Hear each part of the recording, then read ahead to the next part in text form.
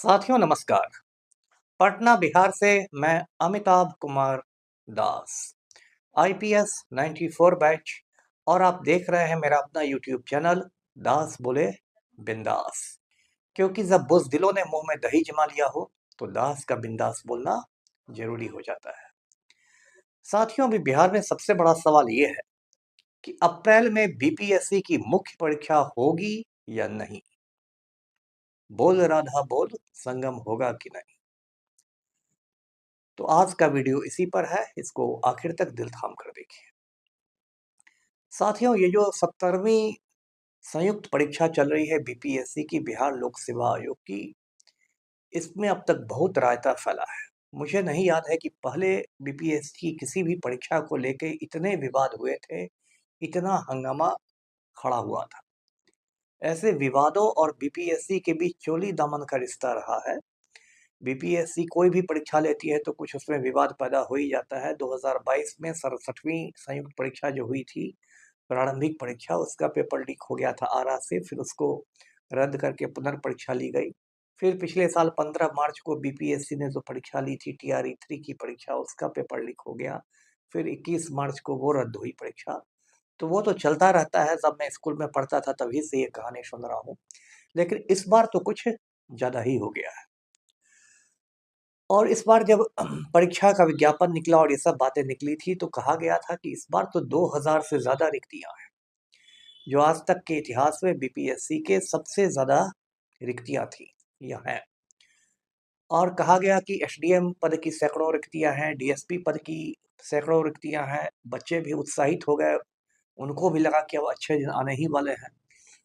और 4,83,000 बच्चों ने बीपीएससी 70वीं के फॉर्म भरे।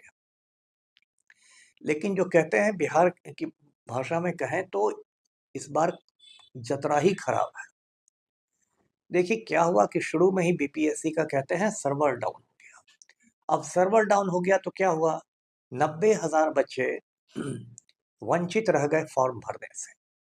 90,000 कोई छोटी संख्या नहीं होती, उसमें बहुत सारे बच्चों का ये आखिरी चांस होगा। बीपीएससी से कहा भी गया कि भाई कुछ समय बढ़ा दीजिए, जिससे जिन बच्चों का छूट गया है फॉर्म भरना वो भर दें, लेकिन बीपीएससी के कान पर जूं भी नहीं रहेंगी।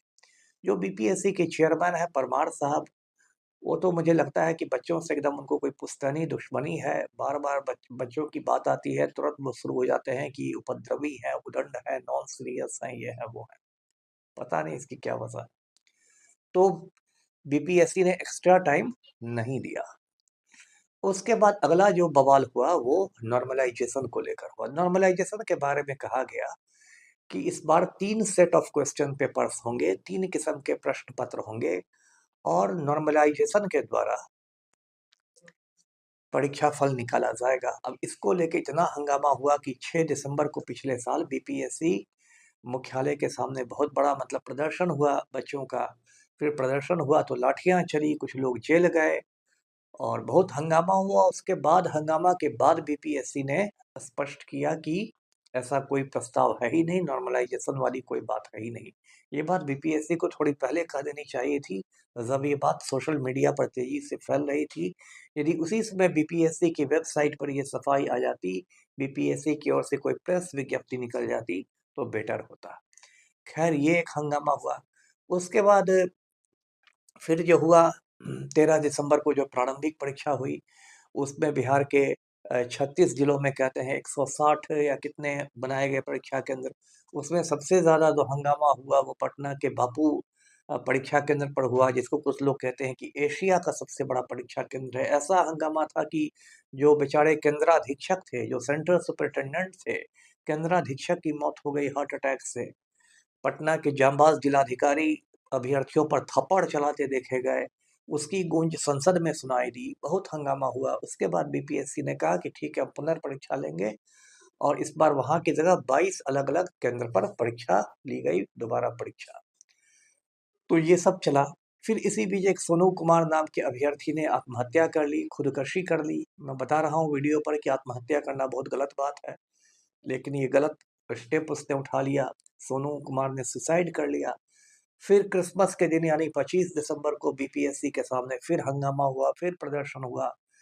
फिर उसमें लाठियां चली और पिटाई हुई बच्चों की।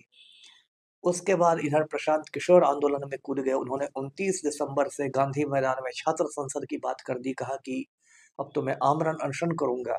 29 दिसंबर को भी बच्चों पर लाठियां चली, वाटर कैनन चला, उसमें एकदम शीतलहरी चल रही थी, कोल्ड वेव चल रहा था। इसके बावजूद बच्चों पर ठंडे पानी के फव्वारे छोड़े गए वाटर कैनन के द्वारा, वो एक अलग तमाशा हुआ।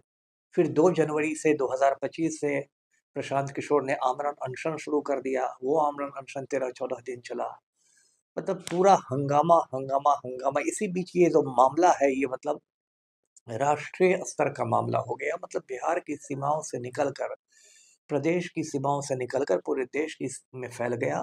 और जो कांग्रेस के बड़े नेता हैं राहुल गांधी, जो लोकसभा में विपक्ष के नेता हैं, वो तक गर्दनी बाग पहुंच गए बच्चों का दुख दर्द जानने के लिए। ये बात अलग है कि जो हमारे मुख्यमंत्री हैं पलटू राम, उनसे बच्चे मांगते रह गए कि थोड़ा समय दे दीजिए हमें, आप हमारे अभिभावक हैं, हम लोग आपको अपना दुख दर्द सुनाना चाहते हैं। लेकिन पलटू राम को बच्चों के लिए 5 मिनट की भी फुर्सत नहीं मिली। ये वही पलटू राम है जो माफिया डॉन अनंत सिंह के आज्ञाकारी चपरासी हैं, और अनंत सिंह के साथ मुख्यमंत्री आवास में बंद कमरे में घंटों तक गुफ्तगू करते हैं। लेकिन इस नालायक मुख्यमंत्री को बच्चों से मिलने के लिए 5 मिनट का भी समय नहीं मिला। और विडंबना यह है कि पलटू राम ने खुद अपनी राजनीति छात्र आंदोलन से ही शुरू की थी, 1974 के जेपी आंदोलन से शुरू की थी। लेकिन अब सत्ता का नशा ऐसा चढ़ा है पलटू राम पर कि पूरी तरह संवेदनहीन हो चुके हैं। उसके बाद देखिए, ये जो मामला था बीपीएससी वाला, ये पहुंच गया हाई कोर्ट में, पटना हाई कोर्ट में। पटना हाई कोर्ट में इसकी पहली सुनवाई हुई 15 जनवरी को। याचिकाकर्ताओं ने मांग की कि प्रारंभिक परीक्षा के परीक्षा फल पर रोक लगा दी जाए, रिजल्ट पर रोक लगा दी जाए। हाईकोर्ट ने ऐसा करने से इनकार कर दिया। लेकिन हाईकोर्ट ने कहा कि हमारा जो फैसला होगा वो रिजल्ट पर भी लागू होगा। कहने का ये मतलब कि हमारा फैसला 2 महीने बाद भी आएगा, और हमने धांधली पाई परीक्षा में तो रिजल्ट निकल भी गया हो तो वो स्वतः रद्द हो जाएगा। उसके बाद तारीखें पड़ रही हैं। जहाँ तक मेरी जानकारी है, अब तक बीपीएससी का जो जवाब मांगा गया था, जिसको प्रति शपथ पत्र कहते हैं कानून की भाषा में, काउंटर एफिडेविट कहते हैं, उस पर अब तक बहस नहीं हुई है जो मेरी जानकारी है। तो उस पर बहस होगी सरकारी वकील और याचिकाकर्ताओं के वकील के बीच। फिर न्यायमूर्ति महोदय सुनेंगे, अपना फिर विचार बनाएंगे। हो सकता है फैसला सुरक्षित रख लें, रिजर्व कर लें, फिर फैसला आए। एक थोड़ी लंबी प्रक्रिया है, जैसा कि अदालतों में होता है। उसके बाद इस बीच क्या हुआ, कि कल बीपीएससी ने मुख्य परीक्षाओं की तारीख घोषित कर दी। अभी मुख्य परीक्षा 24 अप्रैल से शुरू हो रही है। यदि आज 20 फरवरी है तो 2 महीने बाद से शुरू हो रही है। अब इसमें क्या हो गया है कि बहुत सारे बच्चे जो है वो बिल्कुल हताश हो गए। उनका कहना है कि अब तो कोई कुछ होने वाला नहीं है, प्रारंभिक परीक्षा का रिजल्ट निकल गया, मुख्य परीक्षा की तारीखों का ऐलान हो गया, अब तो हम हार गए, अब तो सब खत्म हो गया। तो उनसे मेरा ये कहना है कि देखिए, चाहे सरकार हो या ये हो आयोग हो, मैंने यही देखा है कि ये सब लात का भूत होती है। कोई भी सरकार, भारत सरकार हो, बिहार सरकार हो, ये लात का भूत होती है। ये बात से नहीं मानती है। आप बात करते रहिएगा, शांतिपूर्ण धरना प्रदर्शन, इस पर ज़्यादा असर नहीं पड़ेगा। लेकिन जब इसको न्यायपालिका की फटकार लगेगी, हाई कोर्ट का चाबुक लगेगा, तो सारा काम ठीक से हो जाएगा। इसलिए अभी भी उम्मीद खत्म नहीं हुई है, उम्मीद बनाए रखिए। क्योंकि अभी मुख्य परीक्षा में 2 महीने हैं, और इसके पहले यदि हाई कोर्ट का फैसला आ जाता है तो उस पर रोक भी लग जाएगी और रिजल्ट भी रद्द हो जाएगा। देखिए, बहुत मजबूत केस है अभ्यर्थियों का, क्योंकि 22 केंद्रों पर पुनर्परीक्षा हुई है। यदि 10 केंद्रों पर ही पुनर्परीक्षा हो जाती तो री एग्जाम की बात बनती थी। अब बीच में एक और गंभीर इल्जाम लगा है। इल्जाम ये लगा है कि गया और नवादा दोनों जिलों के कोषागार से, यानी ट्रेजरी से, बीपीएससी के जो क्वेश्चन पेपर्स थे वो गायब हो गए हैं। ये भी इल्जाम लगा है, ये गंभीर इल्जाम है। बीपीएससी की ओर से कोई आधिकारिक सफाई भी इस पर नहीं आई है जो मेरी जानकारी है। और यदि सच में इल्जाम सही है तो इस पर तो एफआईआर होना चाहिए दोनों जिलों में, और एक बहुत गंभीर मामला है। इसी बीच जो हमारे परमार हैं, जो बीपीएससी की चेयरमैन हैं, उनकी कुर्सी भी डोलती दिखाई दे रही है। क्योंकि उनकी नियुक्ति को चुनौती देते हुए एक पीआईएल यानी जनहित याचिका सुप्रीम कोर्ट में दायर हो गई है। और जनहित याचिका में कहा गया है कि परमार साहब की छवि साफ सुथरी नहीं है, इनके विरुद्ध एक मामला अदालत में लंबित है, क्योंकि जब ये बिहार महादलित मिशन में थे तो इन्होंने कथित तौर पर कुछ अनियमितताएं की थी। तो इस पर सुप्रीम कोर्ट ने बिहार सरकार को नोटिस जारी किया है और अगली सुनवाई 25 फरवरी यानी चौथे रोज। तो परमार साहब, जो सबको उदंड और उपद्रवी होने का प्रमाण पत्र बांटते हैं, आजकल खुद उन पर कुछ आरोप लगे हैं, उनकी भी कुर्सी डोलती दिखाई दे रही है।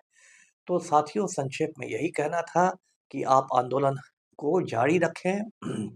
बस बहरूपियों से बचे जो कि नेतागिरी चमकाने आते हैं। आप आंदोलन जारी रखें, आंदोलन बिल्कुल शांतिपूर्ण रखिए, गांधीवादी तरीके से सत्याग्रह कीजिए। और अभी खेल खत्म नहीं हुआ है, जब तक सीटी नहीं बजती तब तक मैच नहीं खत्म होता, इसलिए आंदोलन जारी रहेगा। और आज आपकी परीक्षा है, तो नवंबर में पलटू राम की परीक्षा है। पलटू राम का सारा नशा नवंबर में उतार दिया जाएगा। और यदि बिहार के सारे बेरोजगार एक हो जाएं, तो नवंबर में मुख्यमंत्री बेरोजगार हो जाएगा। वीडियो को लाइक कीजिए, शेयर कीजिए, चैनल को सब्सक्राइब कीजिए। धन्यवाद। जय हिंद।